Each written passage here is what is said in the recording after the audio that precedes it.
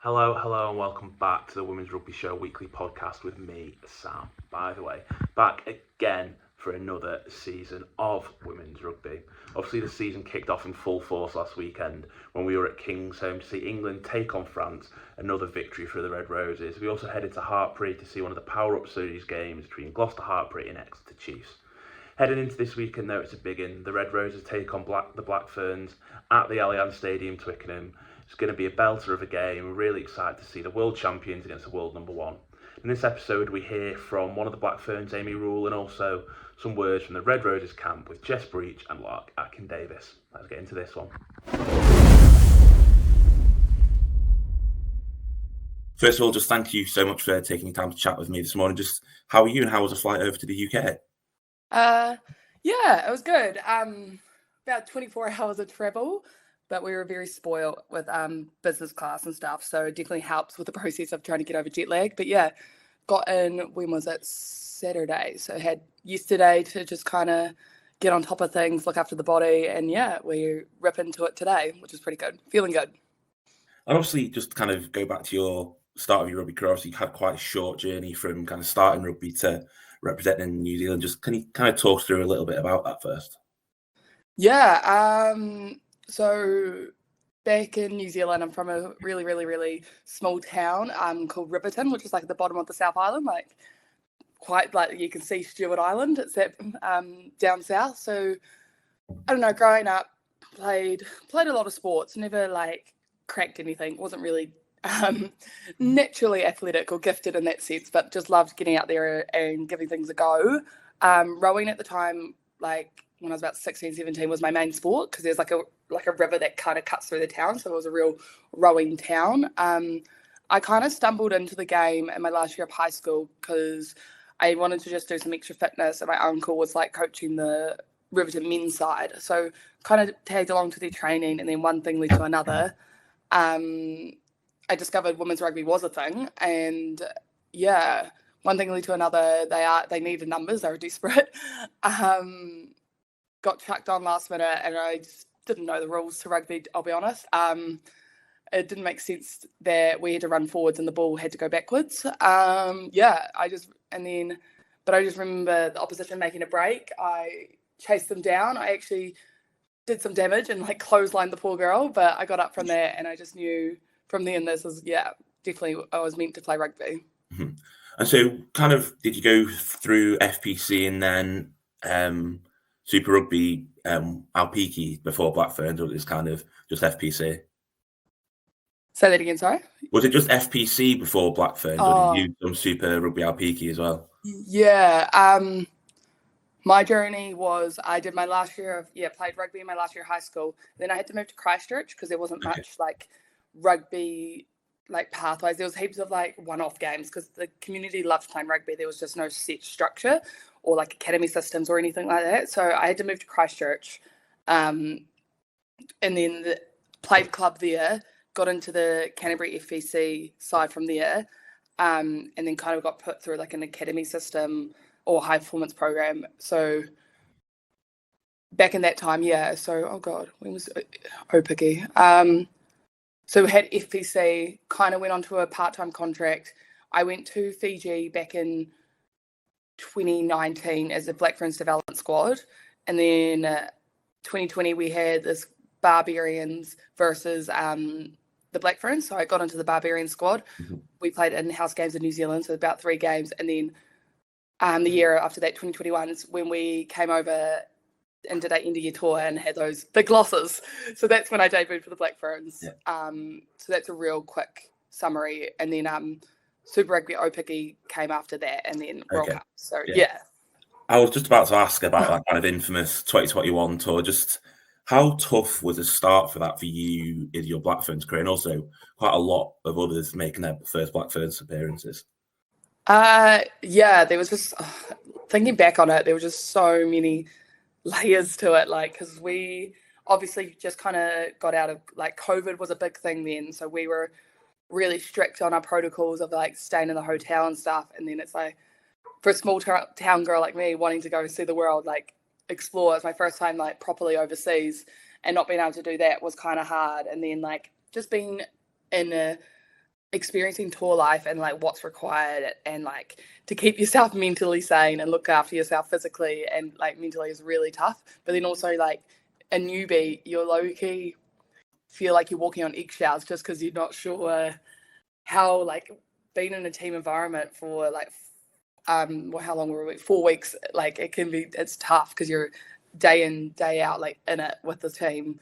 And then obviously the pressure of losing didn't help. I think I'm really lucky from that standpoint, is like my mindset going into games is like knowing that I'm giving 100%. Like there has got to be a winner and loser. Like I love winning, don't get me wrong, but there has got to be a winner and loser. So it's like always going back to the drawing board. What's next? What can we do?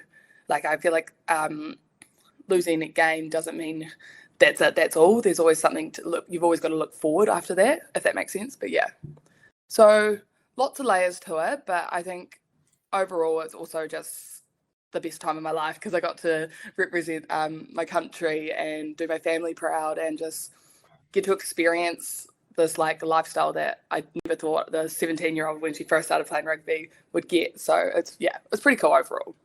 Just how far do you think the Black Ferns have come since then? Obviously, you had the World Cup win the year later and then going into 2025 World Cup. Just how far do you think they've come in that short time since the Black Ferns have been in the UK? Yeah, we went on definitely a roller coaster of a journey. There was a lot of tough conversations after that tour and a lot of like player-led stuff, like kind of sticking up for the Black Ferns and what we need or what's required to win the World Cup that was coming up.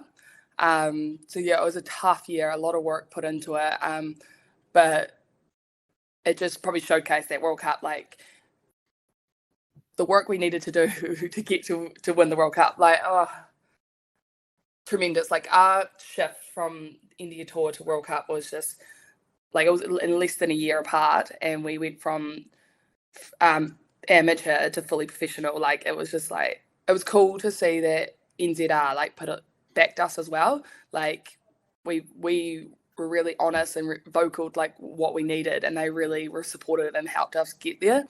But also I think it was just the time and place of the players that we had, and then we had like absolute legends like Wayne Smith come in and really challenge us, I think, in that space and really pushed us to our limits, which just showcase what the results, I guess, speak for themselves as well. So Do you think that World Cup final win would have happened without the end of year tour being so poor and having those results?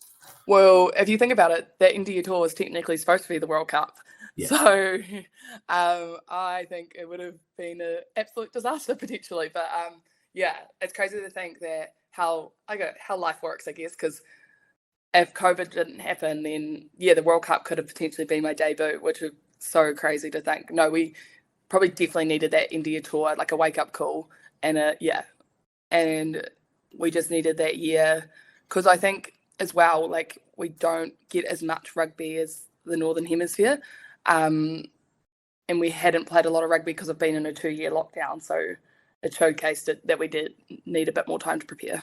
Mm-hmm. And just kind of what are your memories of that World Cup final, kind of just 2 years on? Oh, it's like I can feel like feels like it's yesterday.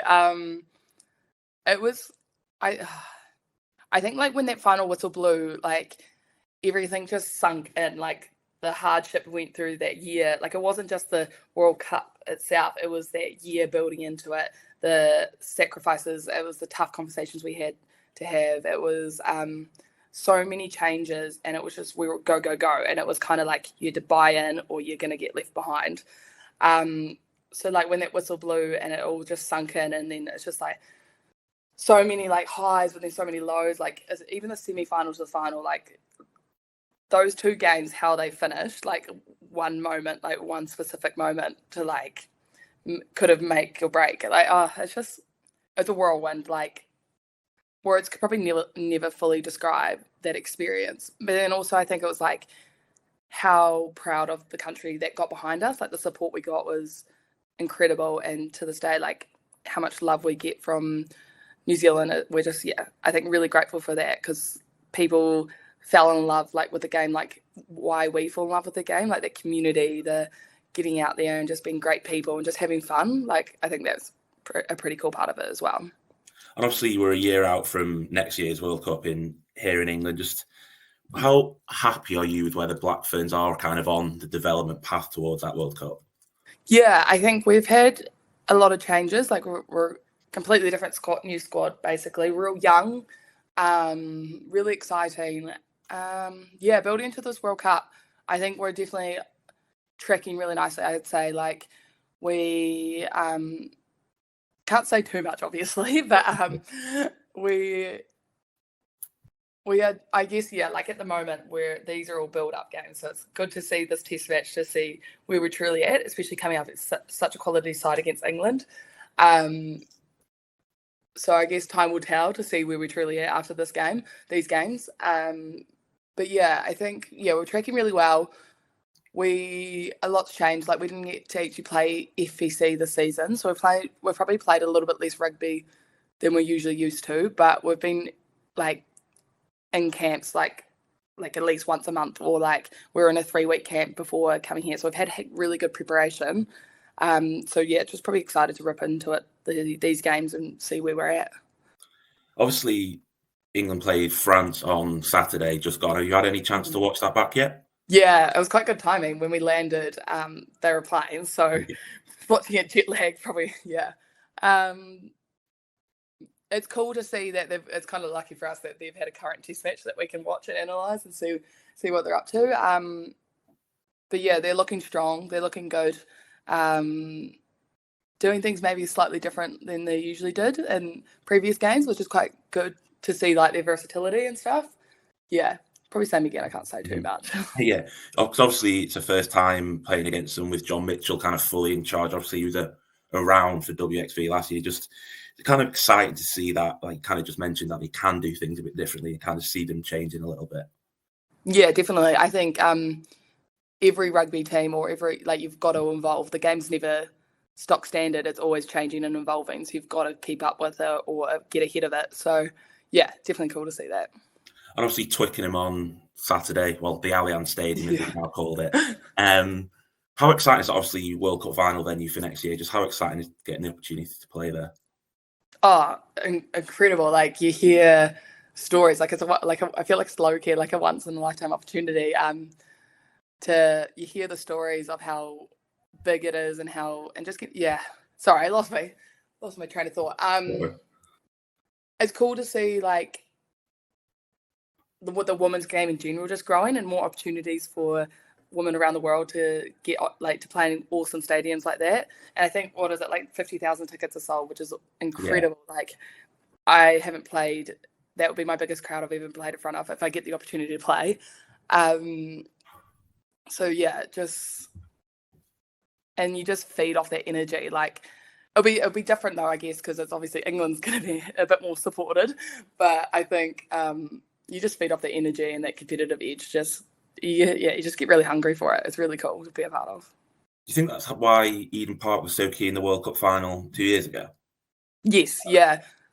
I think like what I said before about like the community and everyone like getting on board and supporting us, and just like I think as well the cool thing about New Zealand and like the support we got, it kind of was like win or lose, we just love what you guys have achieved. It was such a, I know sports fans can be a wee bit tough love if we lose or anything. I guess we'll truly never know how people would react, but like the love and support and like the people we interacted with, it was just like, we just love how genuine you guys are. We love just like the community getting out and getting involved and the things you've done for our kids. That was like more the vibe than win or lose, which was really cool. And I think definitely helped heaps. Obviously you mentioned the FPC before, so you haven't played this year, just played in it this year. Just how important is that kind of as a competition? Obviously it's a lot shorter than England's Premier 15, PWR as it is now. Just do you ever feel like they kind of need something a little bit longer compared to what is over here in England and also in France? Definitely. I think like grateful for like, we're just, cool. I think this year's a bit different. There's two sides to it, because I feel like you can't replace playing rugby. So like the more games we play, the more we'll benefit from. But it also has to be good quality rugby to benefit from it. But then also like the second side to it is not having us Black Ferns involved means the next generation, or like Canterbury had 15 debutants, so that's 15 new girls getting the opportunity to play a higher level than the club for them. So like the growth of the game's going to be beneficial in that sense. But for girls like me, of course, I want to play as much rugby as I can. That's why I love to do what I do. I love to play. So yeah, there's definitely two sides into it. So I'm always going to say yes, please more games. But yeah, I feel like everything like that in that sense has either a good side and pros and cons.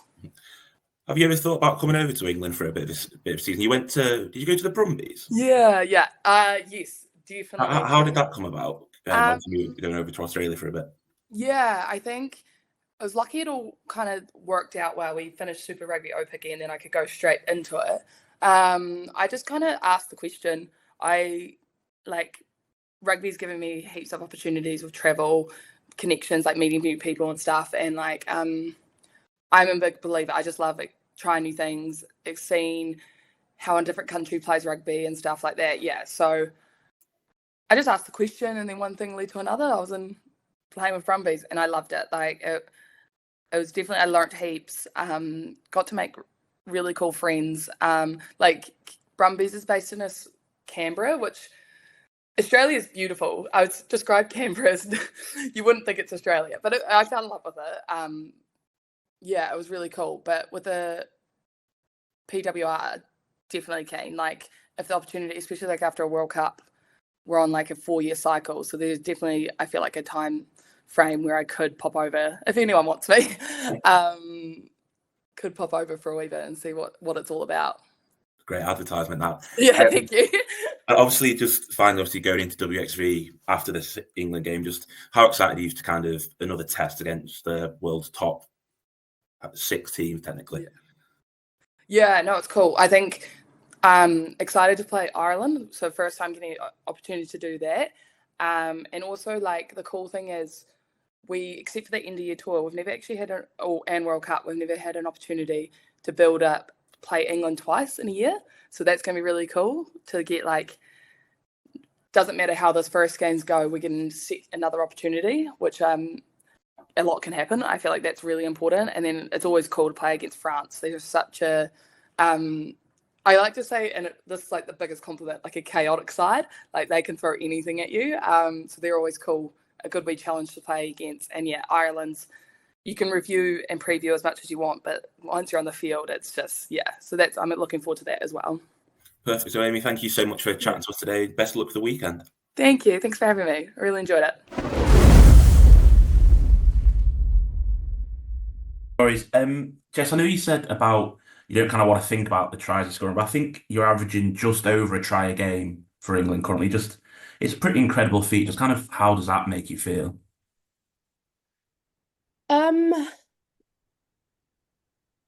I don't know. Obviously, it's hard, I think, to describe because, like I've said to Sarah before, and I think I've spoken a bit more openly about it. Like, I don't want to think about them because I think prior it like knocked me down and it made me feel like I hadn't had a bad game, especially when I was just put into that bracket of like being a finisher, when I'm trying to like adapt my game and get better in different areas. So I think if people put me into space and I score tries, like I try and think about like the work that the team has done to get me into that place for me to be able to do my job to the best ability. And like, yes, at the end of the day, scoring tries is really fun, but also winning and playing well in different areas is also really good. And you mentioned just then about playing well in different areas. Obviously, we've kind of seen that shift in the style of playing kind of from the Six Nations going into this WXV tournament. Just how much are you kind of enjoying that new kind of shift in focus to kind of more attacking rugby? Yeah, I mean, who wouldn't want to play attacking rugby? Like, I think everyone wants to play it. It's fun, it's exciting, and you don't know what we're going to do, which I think is threatening then to the defence, and that's exactly the game plan and the game that we want to play. You spoke about the quality of kind of that Black Ferns team, but kind of their back three players kind of pretty electric. Ruby Tui, Aisha, Letiaga, Caitlin Viacola, Marangi Paul. Just kind of how do you combat players like that who are very similar kind of in a way to England's back three? The same as any other game. I know, again, cliche, but I think you can't think about the individuals because their game plan might not even be involving them or getting them on the ball. So I think you just have to play the game of what's in front of you and not the name or the person. And just finally, kind of how important are these occasions, kind of playing the Black Ferns at home of rugby, for home of English rugby is kind of something that's not happened a lot, playing at the Allianz Stadium. Just I think the first time since 2012 as well that they've come over to Twickenham. Yeah, I think it's incredible, like to get really good matches under our belt. Like nobody not doesn't want to be involved or be a part of it. And I think us playing them now and then again in WXV just shows how much growth like the game is having, that they can come over to us and on the way to go to WXV and we can play them like 2 times leading up until the World Cup. So I just think the more we play them, the more we get used to playing them, and hopefully, you know, when it comes to that World Cup, it will be a different story.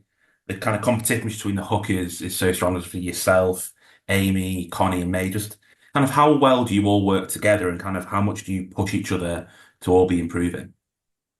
I think, like you said, like the competition amongst us is great. Like that's what you want in positions, and we all really push each other. We support each other as well. We'll help each other with sort of aspects of our game. So yeah, I think it's a massive sort of thing for us, making sure that we challenge each other, but we also support each other as well. So I think it's great to sort of for the team to be in that position where we've got so many quality hookers.